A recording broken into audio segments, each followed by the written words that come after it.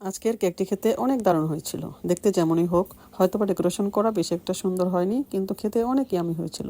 দেখেন ভাতিজা কি মজা করে খাচ্ছে। ঢাকা থেকে আমার ভাতিজা আসছিল তার দাদুর বাড়িতে, মানে আমার বাবার বাড়িতে। এসেই বলতেছিল, ফুপি আমি কেক খাবো। আজকের কেকটি স্পেশালি আমার ছোট্ট ভাতিজার জন্য।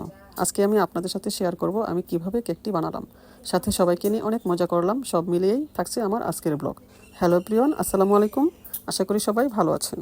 কেকটি বানানোর জন্য প্রথমে আমি রুম টেম্পারে থাকা 4টি ডিমের সাদা অংশ আলাদা করে ভালোভাবে ইলেকট্রিক বিটার দিয়ে বিট করে নিয়েছিলাম।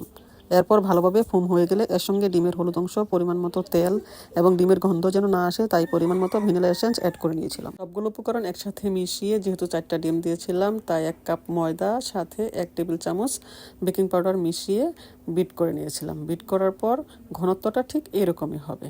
কেক বানানোর জন্য মিডিয়াম সাইজের একটি মোল্ড নিয়েছিলাম। এই যে দেখতে পাচ্ছেন, মোল্ডে আমি সকল উপকরণ ঢেলে প্রায় 30 মিনিটের মতো চুলায় রেখে দিয়েছিলাম। চুলা থেকে নামানোর পর কেকটা একদম ফ্লাফি এবং সফট হয়েছিল। আগে থেকেই রুম টেম্পারেচারে রাখা উইপিং ক্রিম দিয়ে আজকে আমি কেকটি সাজাচ্ছি।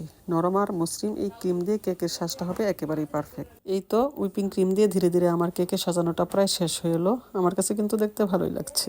সাজাতে সাজাতে মনটাই ভরে গেল। আসসালামু আলাইকুম, কেমন আছেন সবাই? আজকে আমার ফুফু মজার একটি কেক বানিয়েছে, এখন সবাই মিলে খাবো। কেকটা আসলে অনেক মজা হয়েছে। গাইস, আমি অর্ধেক খেয়ে ফেলেছি, অনেক মজা।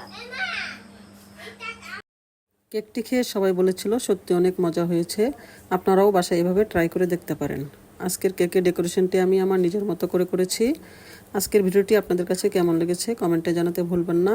আর কে কে আমার ভাতিজার মতো এরকম কেক খেতে পছন্দ করেন অবশ্যই কমেন্টে জানাবেন। সবাই ভালো থাকবেন, সুস্থ থাকবেন। আল্লাহ হাফেজ।